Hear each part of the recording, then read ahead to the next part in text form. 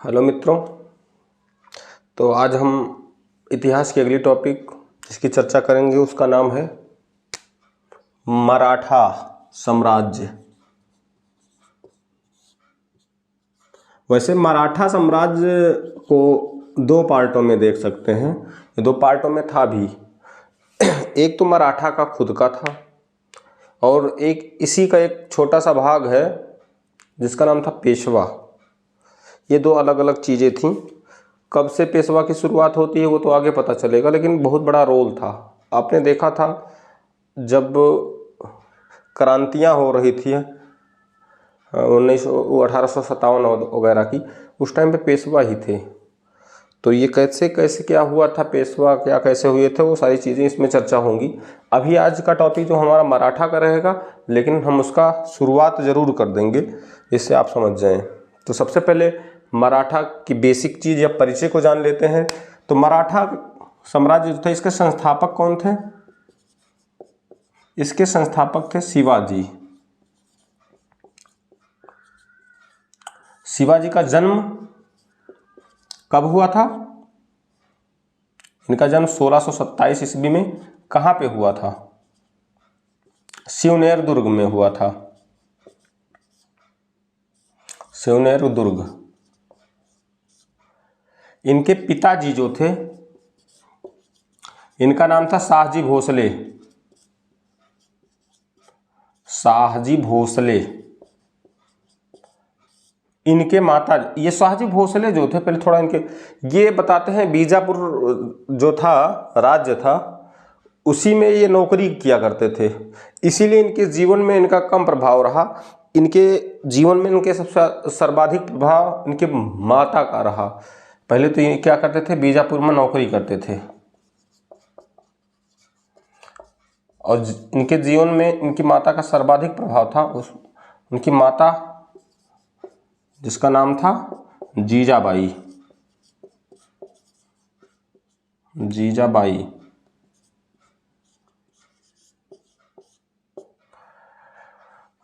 उसके बाद इनका राज्याभिषेक जो होता है, ये चीज़ें जान लेते हैं, बाकी सीरियल या फिर डायग्राम के माध्यम से अलग अलग चीज़ें समझेंगे। तो पहले राज्याभिषेक जो 1674 ईस्वी में हुआ था, और इस राज्याभिषेक करवाने के लिए बताते हैं कि वाराणसी से या बनारस से एक पंडित जी आए हुए थे जिनका नाम था गंगा भट्ट। इन्होंने इनका राज्याभिषेक करवाया था। ठीक। इनके गुरु के बारे में जान लेते हैं। आध्यात्मिक गुरु जो इनके थे, आध्यात्मिक गुरु समर्थ रामदास। लेकिन इनके राजनीतिक गुरु दूसरे थे, क्योंकि राजनैतिकता एक प्रमुख दृष्टि होगी इनके जीवन में, इसीलिए राजनैतिक जो गुरु थे उनकी वैल्यू ज़्यादा होगी थोड़ी। राजनैतिक गुरु कोणदेव जिनका नाम था।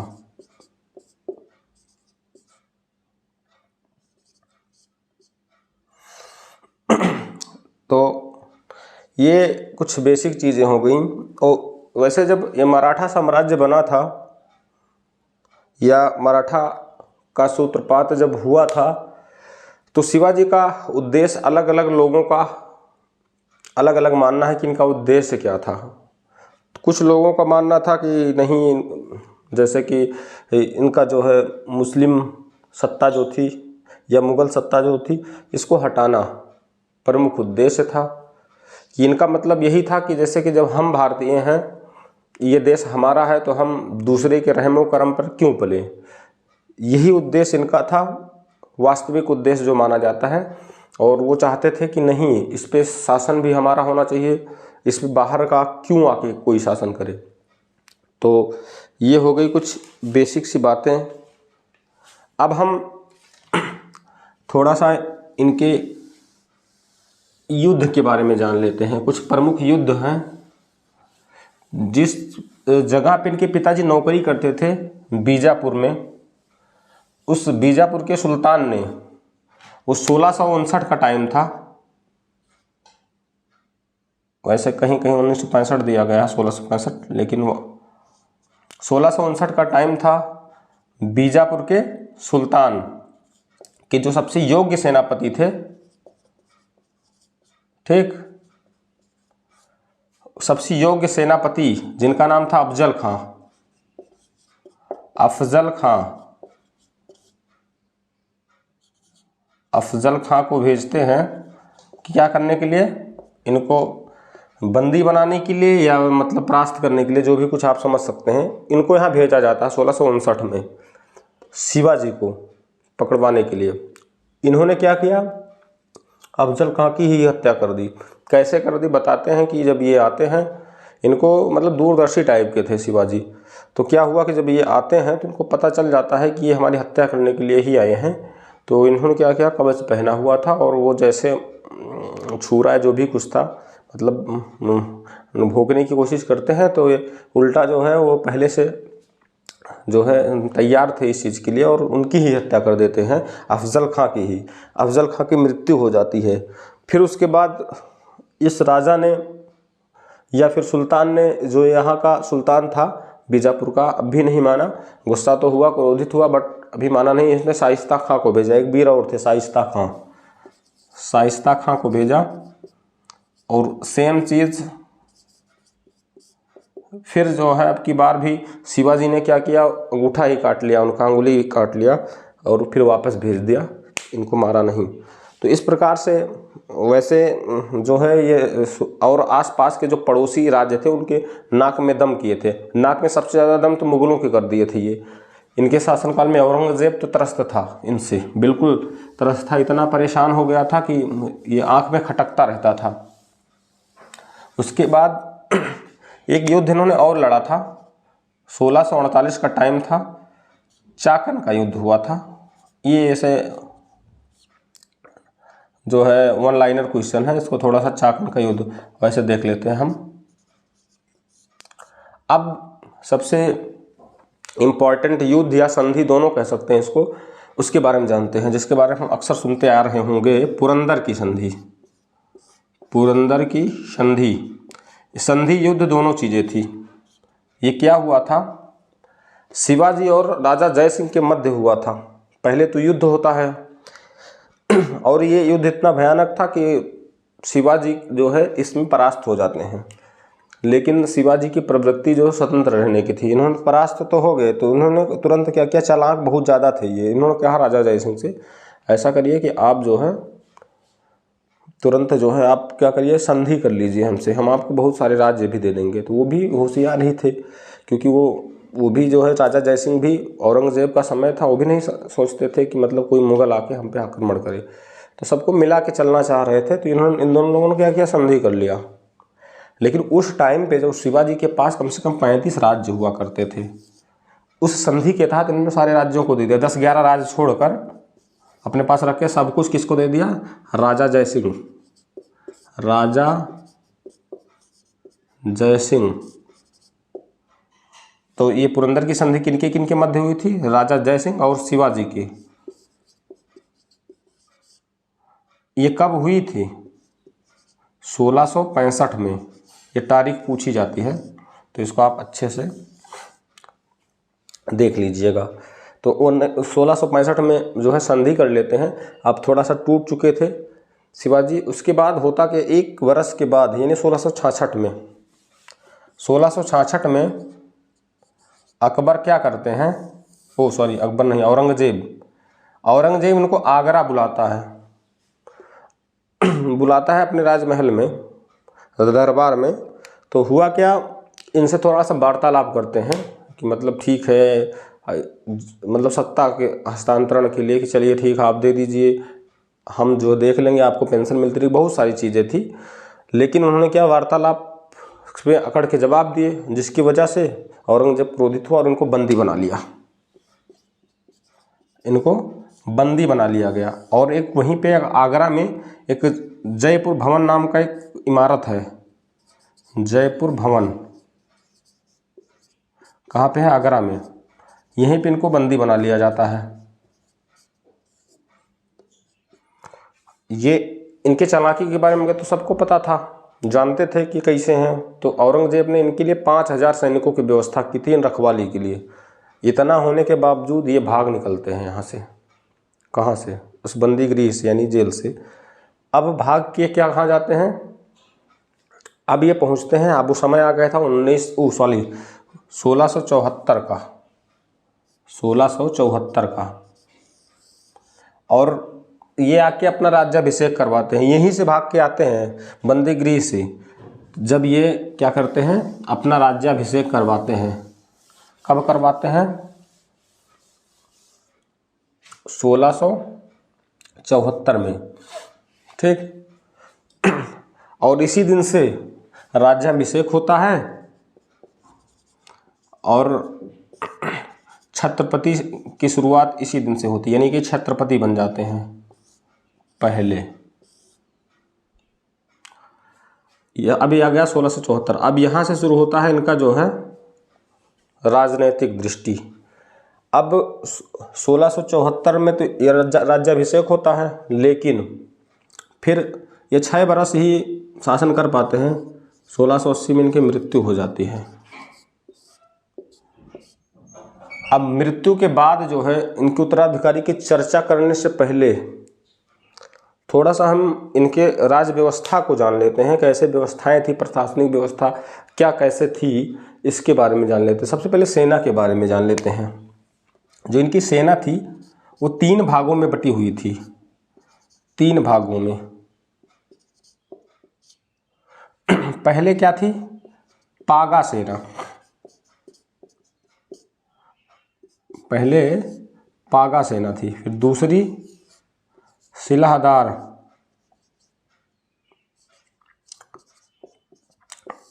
तीसरा क्या था? पैदल। इसका मतलब जान लेते हैं क्या क्या था। जो ये पागा सेना थी, पागा सेना का मतलब होता है कि ये समझ लीजिए कि प्रतिदिन के जो थे, यानी कि अस्थाई घुड़सवार जो हुआ करते थे वो यही थे, अस्थाई घुड़सवार, या नियमित बोल सकते हैं इसको, अस्थाई या नियमित। कौन? घुड़सवार।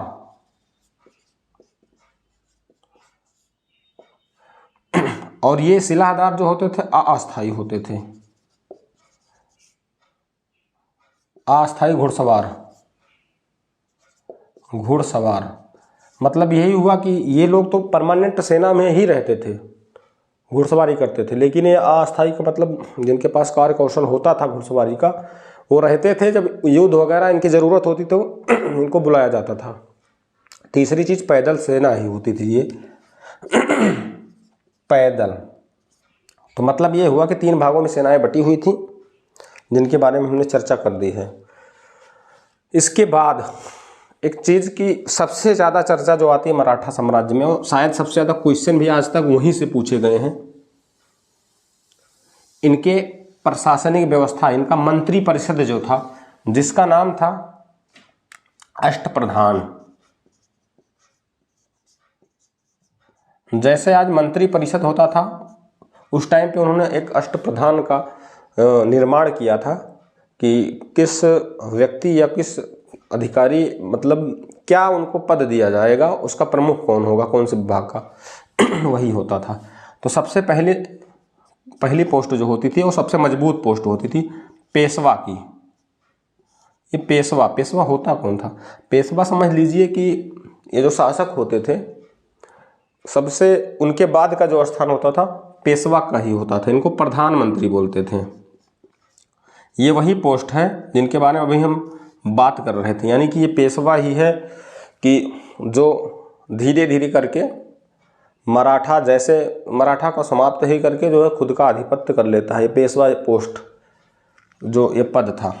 फिर दूसरा जो आता है उसका नाम था अमात्य।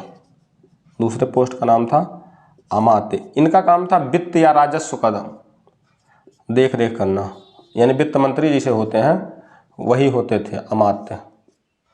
फिर तीसरी जो आती है उसका नाम था वाकिया नवीस।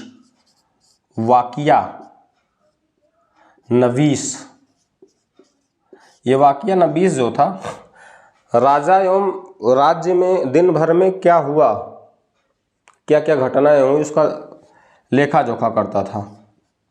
राजा एवं राज्य के दिन भर का लेखा जोखा, दिन भर का सारा काम जो हुआ रहता है वही वाकया निवास उसी की सारी जानकारी इनके पास होती थी। चौथा नंबर जो आता है उसका नाम था सावन, सचिव होते थे शायद, सचिव हाँ, सचिव जो होते थे, जो राजकीय पत्र जितना भी होता था वो किसी प्रकार का पेपर हो गया, जमीन का या सारी चीज़ें, जिन भी चीज़ों का किसी का तक एग्रीमेंट या समझौता संधि जो भी कुछ हुआ होता था उन सब चीज़ों का देख रेख कौन करता था? सचिव। फिर पांचवा नंबर जो आता है वो आता है सुमंत का। सुमंत का मतलब जैसे विदेश मंत्री होते थे, विदेश मंत्री वही किसी से संधि करनी है, कौन हमारा मित्र है शत्रु, सारी चीज़ जो है वो जाके विदेश में अपनी मित्रवत सारी चीज़ें जो है व्यापार सब कुछ यही देखते थे विदेश मंत्री। जैसे आज ही थे, आज विदेश मंत्री होता उस टाइम की पोस्ट वही थी। उसके बाद आता है सेनापति। अब सेनापति जो होते थे वो सेना की भर्ती करना या रसद की व्यवस्था करना, खाने पीने की सारी चीज़ों की यही सब देखते थे, सेना एवं रसद। फिर उसके बाद वाली जो पोस्ट आती है 7वीं पोस्ट, उसका नाम था पंडित राव। पंडित राव, अब नाम से ही स्पष्ट है धार्मिक अनुष्ठान वगैरह की जिम्मेदारी जिनको होती थी वो पंडित राव नामक पोस्ट के माध्यम से कराई जाती थी। फिर सबसे लास्ट जो प्रधान होता था अष्टप्रधान में, 8वां, उनका नाम था न्यायाधीश। तो अब आपके मन में ये क्वेश्चन जरूर आ रहा होगा कि जब एक राजा खुद हो गया फिर उसके बाद एक प्रधानमंत्री भी हो गया तो फिर इनकी ज़रूरत क्या थी? नहीं, ऐसे थे, मतलब कि हर चीज़ राजा नहीं देखना चाहते थे कि इनका मतलब था कि अच्छे तरीके से आकलन करके न्याय दिया जाए, जिसके लिए इन्होंने एक विभाग की ही स्थापना कर दी। तो उसका एक प्रमुख बना दिया न्यायाधीश। ये जो है अच्छे तरीके से सबूतों को या फिर सच्चाई को परखते थे, उसके बाद वो अपना निर्णय देते थे। छोटी चीज़ों के लिए युद्ध वगैरह सारी चीज़ों का जो निर्णय लेते पेशवा और वो लेते थे शासक, ठीक, या छत्रपति। ये हो गया अष्टप्रधान, यही सबसे इम्पोर्टेंट है। तो इसमें क्वेश्चन ऐसे पूछा अमात्य का क्या कार्य होता था अर्थ अष्टप्रधान में, या जो भी सुमंत कौन हुआ करते थे, मतलब उनके पोस्ट या पद पूछे जाते थे, उनका कार्य क्या होता था। ये तो हो गया बेसिक चीज़। अभी इनकी मृत्यु की चर्चा कर रहे थे हम, तो इनकी मृत्यु जो हुई थी ये 53 वर्ष की अवस्था थी, और 53 वर्ष की अवस्था में 3 अप्रैल 1680 में मृत्यु कब हुई थी? 53 वर्ष के थे ये, 1680 में, डेट भी लिख देते हैं, 3 अप्रैल का दिन था, 1680 का समय था, इनकी मृत्यु हो जाती है। तो जब मृत्यु हो जाती है तो जाहिर सी बात है मृत्यु के बाद उत्तराधिकारी की चर्चा करेंगे ही हम। तो उत्तराधिकारी की चर्चा हम ऐसे ना करके हम डायग्राम के माध्यम से अगर कर लेते हैं तो शायद आपको ज़्यादा अच्छे तरीके से समझ में आ जाएगा। तो ये हो गए शिवाजी, इनके 2 पुत्र थे, इनके 2 पुत्र हुए। एक कौन से हुए? संभाजी। दूसरे पुत्र कौन से हुए? राजा राम। तो जाहिर सी बात है संभाजी जो थे, इन्हीं को जो है क्या होता है, इनको जो है छत्रपति बनाया जाता है, इनका उत्तराधिकारी इन्हें ही नियुक्त किया जाता है, छत्रपति। तो छत्रपति बनाने के बाद इनके एक वो थे, क्या नाम है, इनके एक निर्देशक थे, निर्देशक के साथ इनको सलाहकार भी कह सकते हैं, इनका एक सलाहकार थे इनके शासन में ही, जिनका नाम था कवि कलश।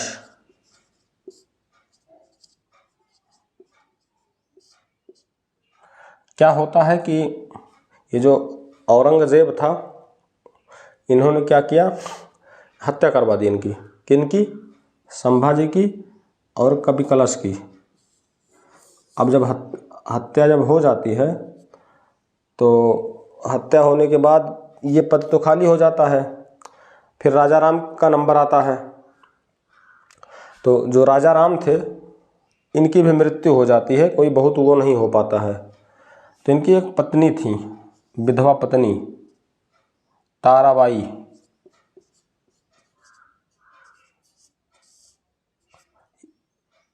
और क्या थी? विधवा पत्नी थी, विधवा थी से मतलब पत्नी क्या थी।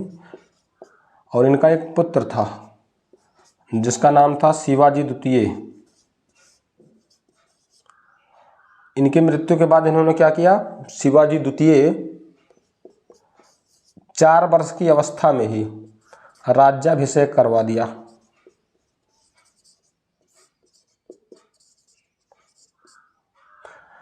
इधर क्या हुआ, संभाजी की तो इन दोनों की मृत्यु करवा के इनका एक पुत्र था साहू।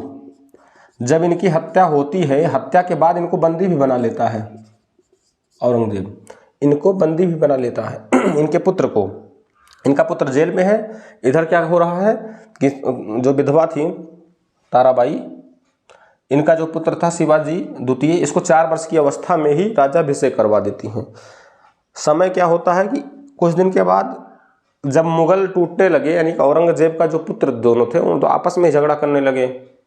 अब झगड़ा जब होने लगा उत्तराधिकारी के लिए, तो उन्होंने क्या किया, बंदी थे वैसे उन लोग को छोड़ दिए। तो उसी टाइम पे ये छूट गए थे। साहू जी जेल से छूट जाते हैं, डायरेक्ट कहाँ पे आते हैं, ये अपने राज्य में आते हैं। अपने ये जो थी ताराबाई से बोलती हैं कि जो है हमको भी जो है हमारा भी हिस्सा इसमें है, हमको भी दीजिए। तो ये कहती नहीं, हम आपको नहीं देंगे। अब भाई जाहिर सी बात है, हक तो है इनका। तो इन्होंने क्या, युद्ध की तैयारी शुरू कर देते हैं जेल से छूटने के बाद। और इनका साथ एक लोग देते हैं, इनका साथ जो देते हैं उनका नाम था बालाजी विश्वनाथ। बालाजी विश्वनाथ नामक एक व्यक्ति जो है इनका साथ देते, किसका? साहू का। तो साहू जी इनसे युद्ध करने की तैयारी करते हैं अपने ही परिवार में। और वो युद्ध जो था वो कब हुआ? 1707 का समय था, 1707। उस युद्ध को एक नाम दिया गया, खेड़ा का युद्ध। खेड़ा का युद्ध। इस खेड़ा के युद्ध में कौन विजयी हुआ? साहू। साहू तो विजयी हो गए। साहू विजयी होकर छत्रपति बन गए और बालाजी विश्वनाथ को पेशवा बना दिए। बालाजी विश्वनाथ को पेशवा बना दिए।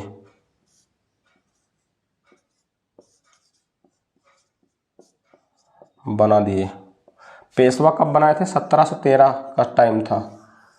और ये जो है साहू जी अपना जो है राज्याभिषेक कब करवाते हैं? राज्याभिषेक साहू जी कब करवाते हैं?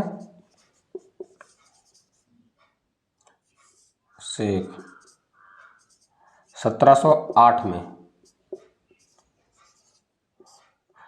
हाँ, इनका उस टाइम पे जो जगह कौन सी थी, इसको राजधानी मतलब राजधानी या फिर ये राज्याभिषेक करवाते किस जगह पे? उस जगह का नाम था सतारा। तो क्वेश्चन पूछा जा सकता है कि जो ये साहू जी थे, साहू जो है अपने राज्याभिषेक किस जगह पे करवाते हैं? तो 1708 ईस्वी में सतारा में अपना राज्याभिषेक करवाते हैं और 1713 में ये पेशवा बना देते हैं। किसको? बालाजी विश्वनाथ को। यही बालाजी विश्वनाथ। उसके बाद क्या होता है, यही परिवर्तन हो जाता है, यहीं से मराठा का लगभग अंत शुरू हो जाता है। फिर उसके बाद जब इनका ताराबाई का लास्ट टाइम आता है, मरने का समय हो जाता है, तो इन्होंने कहा कि ठीक है भाई, आपके पास तो कोई वंश है नहीं, वैसे भी इनकी शादी नहीं हुई होती, कोई था नहीं इनके पास। तो शिवाजी द्वितीय एक पुत्र भी था जिसका नाम था राजाराम द्वितीय, राजाराम द्वितीय। इन्होंने कहा कि जब आपके पास कुछ कोई है ही नहीं, आपका ही खून है राजाराम द्वितीय, उसको ही आप बना दीजिए छत्रपति। तो कहा ठीक है भाई बना लेते हैं। बना तो दिए थे छत्रपति, लेकिन तब तक ये पेशवा का जो पद था वो इस तरीके से हो गया था, सारे लगभग चीज़ अपने जितने भी आदेश होते थे या फिर जितने भी फैसले होते थे वो खुद लेने लगे थे बालाजी, मतलब सॉरी पेशवा का जो पद होता था। यहीं से यही टाइम था कि जब मराठा कि समझ लीजिए एक हिसाब से समाप्ति होने लगी या पतन होने लगा और पेशवाओं का उदय होने लगा। तो ऐसे भाग तो इसी का मराठा का ही है, लेकिन अगर हम दो भागों में बांटते हैं तो यहीं से जो है मराठों का मतलब एक पतन माना जाता है। यहीं से जो है पेशवा का वर्चस्व बढ़ा था, जो पेशवा नामक पोस्ट था, क्योंकि फिर ये जैसे कि काशी बालाजी विश्वनाथ थे, अब फिर उसके बाद इनका बेटा जो है इस पोस्ट पे बनता है, मतलब आनुवंशिक हो गया था, ये अनुवांशिक पोस्ट हो गई थी पेशवा की। तो ये कहाँ तक चलती आती है 1857 की क्रांति तक चलती है, जो आप देख रहे थे पेशवा चलते थे। तो बहुत सारी चीज़ें हैं जो कि हम अगली क्लास में पढ़ेंगे।